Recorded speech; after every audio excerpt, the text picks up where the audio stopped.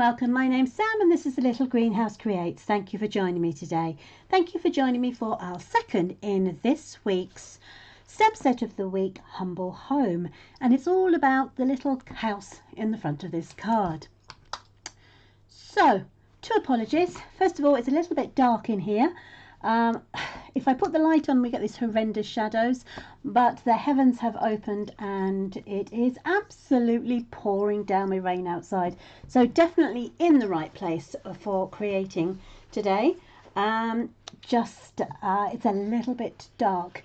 Also, I may be a little bit stiff with my right hand. On Monday, I had a steroid injection popped into my wrist because I had an operation once on it where it just doesn't bend very well. And it's just to help with the movement. Unfortunately, the first 2 weeks after the steroid injection, the hand is a little bit stiff. So if I look a bit cock-handed, it's probably because I am. Anyway, enough of that. This is the Christmas card that we're going to create today. So it's from our home to yours, and then inside I've put Merry Christmas. So let's bring in the supplies. So I've gone for red and green again, but in a different shade. So we've got Granny Apple Green, which measures 8 inches by 5 3/4. I have Poppy Parade, which is 3 3/4 by 5 1/2. We'll need 2 pieces of the basic white, which measures 3 1/2 by 5 1/4. I have a piece of scrap for the sentiment and a piece of scrap for the house. And I have a piece of Poppy Parade and the 3 letters HME to create the words on the front of the card. And also I've got a piece of this rather thick dimensionals, but obviously it's one piece rather than all the little tiny pieces. And this is excellent for creating raised letters or words because it doesn't break. There's no breaks in them, especially as these are actually quite thin. Okay, so let's get on with the first part, shall we? Put these aside for a second.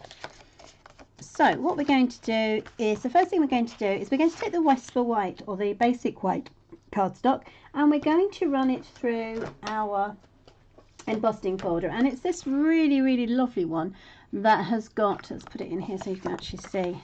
There you go. It's got trees on it. They're like Christmas trees.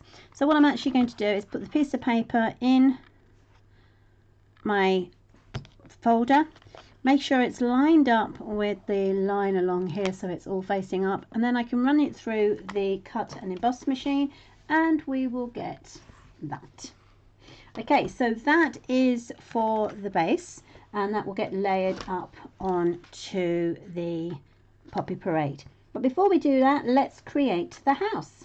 So I'm going to use Wild Wheat, Pebble Path, and then I've got Granny Apple Green and Poppy Parade for a little bit later on. So the first thing we need to do is the Wild Wheat. Now my Wild Wheat, even though it is a 2-year-old ink pad, is still actually quite inky. So I have brought along a brush and my house. So what I'm going to do is I'm going to tap it gently onto my ink pad and then I'm going to stamp it down here. And as you can see, that is actually quite inky. So I'm going to take my brush, and I saw this, and I do apologise, I can't remember the lady's name, but it was an ingenious thing. She suggested that you took your brush and you rubbed it over your stamp and then stamped your house or whatever it was you were going to do. So that's what we're going to do on this one. So straight down, straight up, and then that gives us a much lighter and much easier to read or see, should I say, house shape.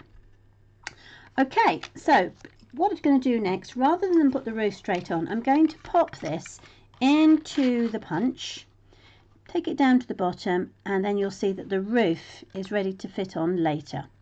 And let's just give that a little bit of a wriggle. Okay, I'm going to put that down and I'm going to use both hands, that's it, so I can take out my house. Right, Now, what I want to do is I want to put some brickwork on the chimney, but I want to keep the roof of the house in the colour. So I'm going to take myself a piece of Post-it note and I'm going to run that just diagonally down the chimney pot. Okay, and straighten up the house so I can see what I'm doing. There we go. So the house goes there. Then I'm going to cover up the chimney pot like so, and then you can bring in the roof. Now with the roof I'm actually going to do in Pebble Path. I'm going to tap that gently onto there like so. Now of course you could just cover up the roof if you wanted to with this Post-it note, but I'm going to do it this way, and then I'm going to pop that straight down and then straight up. So that is the roof, and as you can see the chimney hasn't been covered. So I'm going to turn it round, and now I'm going to cover up the roof, making sure my house is straight. So there we are. Now I'm going to cover up the roof in the same way as we did just a moment ago with the chimney, and then I'm going to bring in the brickwork, stamp it again on the wild wheat, stamp it off, rub it in with the brush like so, and then I'm going to put the house over the bricks, sorry, over the chimney, and you can see that the chimney has got the bricks mark coming up. And then if I move this, hopefully you can see if it focuses. Come on, little house, there we go.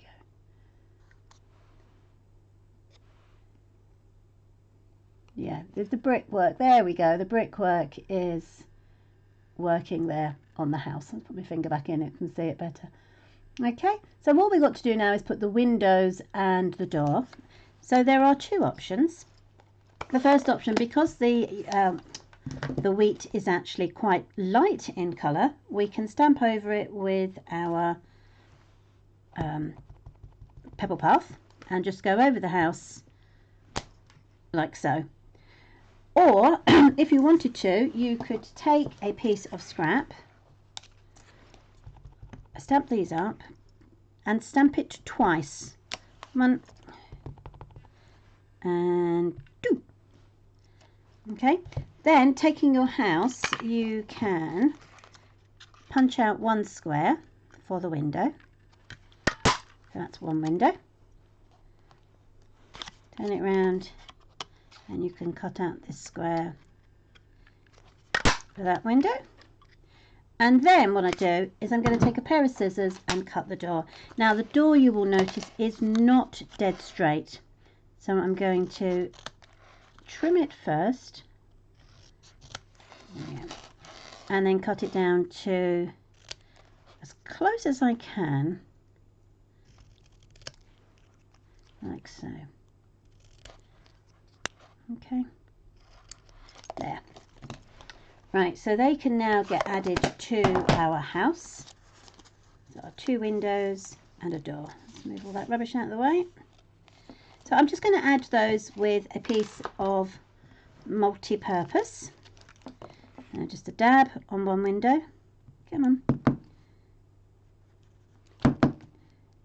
And one there and a dab on that window.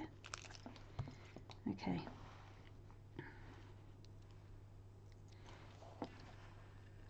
I'm going to put that one there. So once we've stuck this down, the only thing we really need to do next is to add our wreath, which we will stamp. And that one can go there. And then I'm going to put my front door into place into there. Alright, so I'm just going to straighten up this line a little bit more so that there's a gap between the windows and the door. There we go. Right, so we can, a little bit of glue there, and then that can go down there like so. Move it across a bit so we've got the gap. Oh, that's it. There we go. So that's the house done. And then the only thing we need to do now is a piece for the wreath. So there's the wreath. It's quite tiny. I'm going to stamp it in the Pebble Path and then colour it in with my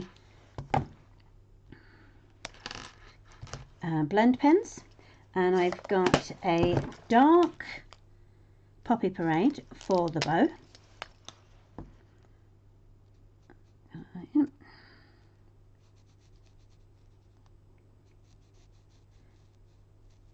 And we will remember that these are quite small and we coloured those in on Monday. And then I'm going to come in with my Granny Apple Green, and this is in the light, so I'm going to do the top bit here and then go round. Now unfortunately there is no die or punch for the wreath, so this is a cut it out by hand thing. Thankfully, because it's not too small, sorry, not too big, it's not going to take forever. So I'm just going to cut round it roughly, as you can see, and then I will make more of a effort as I go around. So go around, leaving a small white gap around the edge. I'm just going to go in to give them the bow shape. There we go, round. And then this one we can pop up with a single dimensional ones we normally use. There, okay. So let's get that. Let's grab, oh, this is half a dimensional, so that's fine.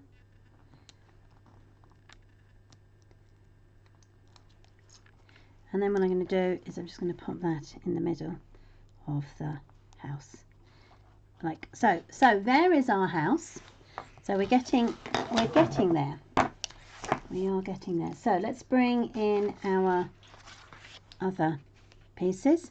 So this is where the house will go. Like so. So now we just need to spell out the rest of the word home. So by putting our this level pulls back, you can then place your cardstock over the top.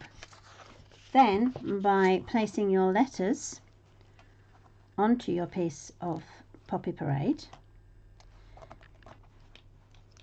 like so, and once it's got the padding underneath, you run it through the embossed and cut machine 2 or 3 times and it will come out like so.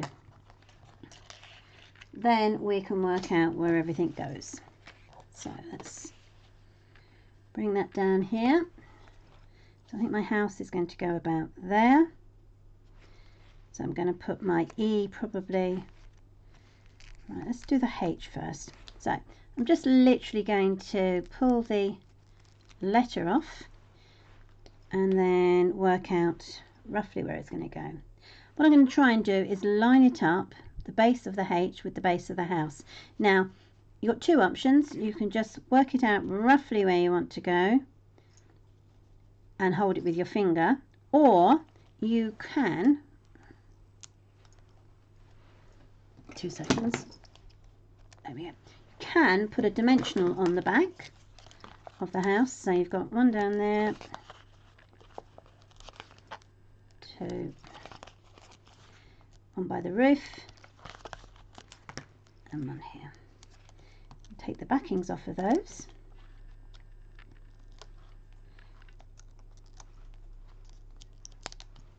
And then we can roughly work out where we want the house to go. So the H will go somewhere along there.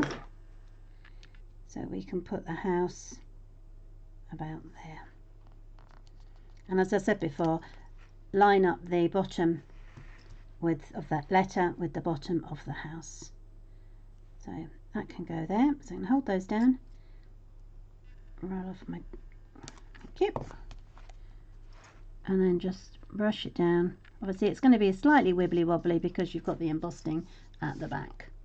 Now all we need to do is put the M and the E here. So let's go with the M. Again, we're going to peel that off.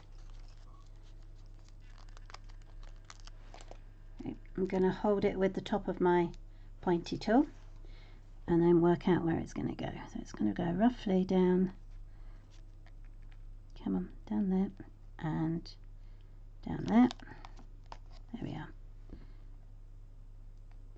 And then just gently put it into place.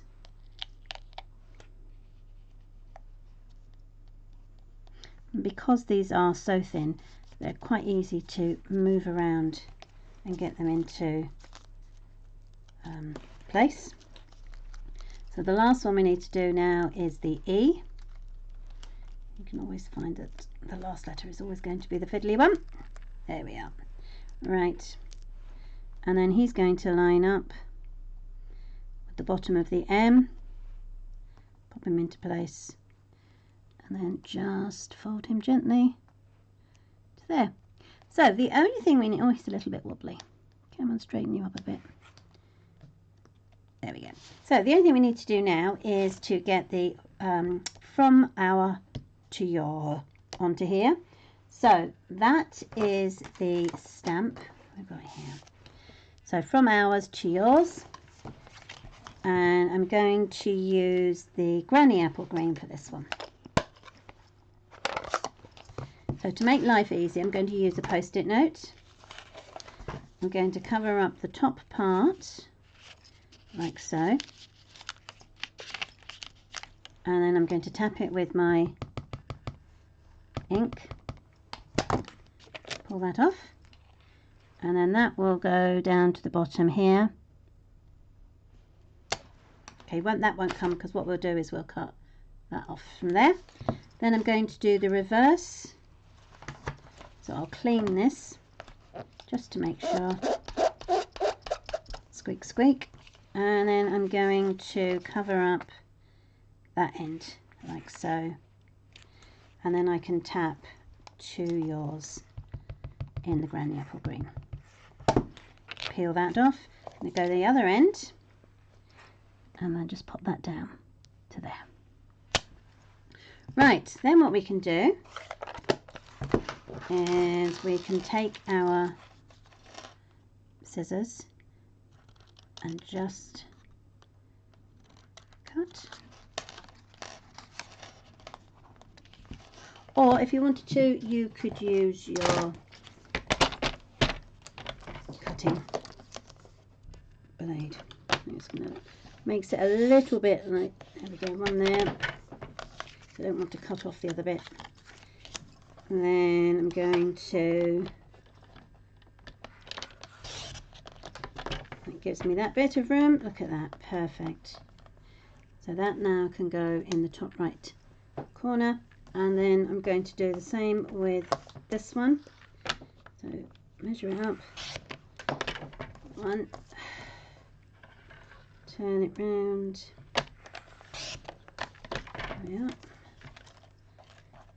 whoops, and then now these particular ones I'm just going to lie flat rather than, there we are. So we can bring this in. Now I didn't leave a lot of room here, so I think, oh look at that, I'm just going to be able to fit that one into the bottom down there. So it looks like the E is sitting on top. Now I might just take a touch off that end. So let's weigh that up. So really I haven't got a measurement for my sentiment. You just really need to work out where you want it to go and sizing. Right, so that fits there. I'm going to line up the side of the sentiment with the E and stick it down with the multi-purpose, like so.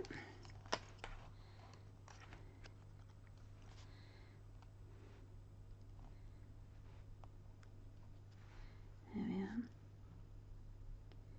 And then I'm going to do exactly the same with the from our.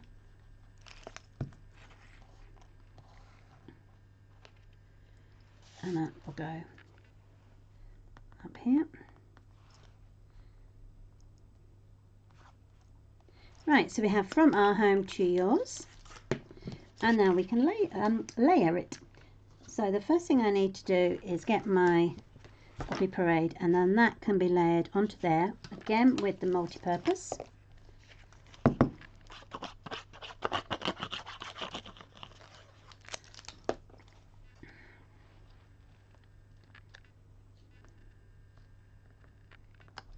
we are, all in place. And then I'm going to fold my card base of Granny Apple Green into half,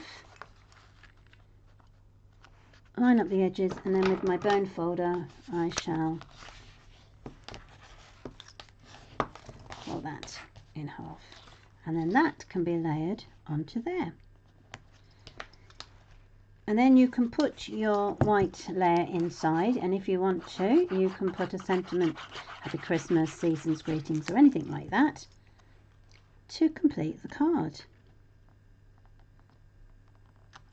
So here is our Granny Apple and Poppy Parade cards that we've done, and then we had Cherry, Cobbler and Old Olive for the previous one. Lovely. So thank you ever so much for joining me today. Again, we'll be back on Friday with our last card, and we're going for a funky fold, so do join us then. It will be lovely to have you with us. I hope you like this stamp set. It's been great fun to play with. One I wasn't sure about, and then I bought it and I thought, yes, let's go for it. So thank you ever so much for joining me today, and I look forward to catching up with you very soon. Take care, and I hope your weather's better than mine. Bye.